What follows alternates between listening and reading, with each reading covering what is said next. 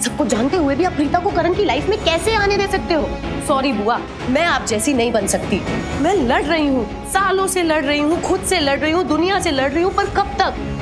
एक बात बोलूं, इतने सालों से मैं लूथरा फैमिली के साथ लूथरा हाउस में रहती हूँ, पर आज तक ना मुझे मेरा हक नहीं मिला। मिला है तो सिर्फ शक और सिर्फ शक।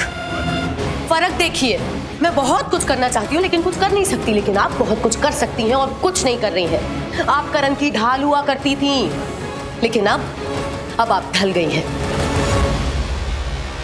अरे कहाँ गई वो करीना लूथरा जो घर में कुछ भी गलत हुआ देखती थी तो सीधा तलवार निकाल लेती थी और गलत को सही करके रहती थी? कहाँ गई वो करीना लूथरा? वैसे एक बात बोलूं, आप घर की बेटी हैं, पर घर में आपका मान है बहू से भी ज्यादा। पहली बार ऐसा घर देखा है क्योंकि आपने वो मान बनाया, आपने वो जगह बनाई। कहाँ गया वो वक्त जब आप कुछ भी कहती थी, कुछ भी तो सबको मानना पड़ता था, आपके कहने पे चलना पड़ता था?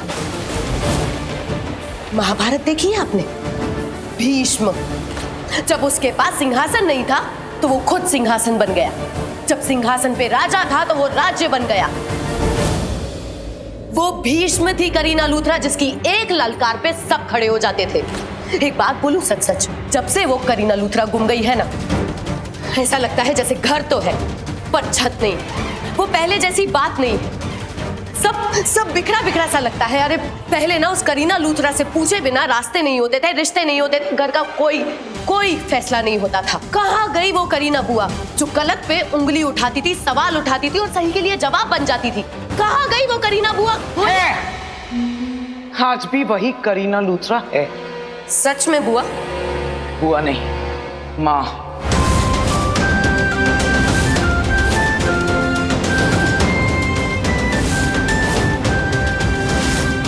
एक ऐसी माँ जो अपने बच्चों के सामने ढाल बन के खड़ी हो जाती है। ऋषभ और करण मेरे बच्चे हैं, बहुत प्यार करती हूँ मैं उन दोनों से। अगर कोई भी उन्हें चोट पहुंचाने की कोशिश भी करेगा ना, मैं उसे छोड़ूंगी नहीं, फिर चाहे वो कोई भी हो, कोई भी। आपके पास तो बहुत पावर है बुआ, माँ का पावर, घर की करता धरता होने का पावर। आप ही तो है जिसने घर में सबको सबका हक दिलाया है। तुम्हें भी तुम्हारा हक दिलवाऊंगी मैं।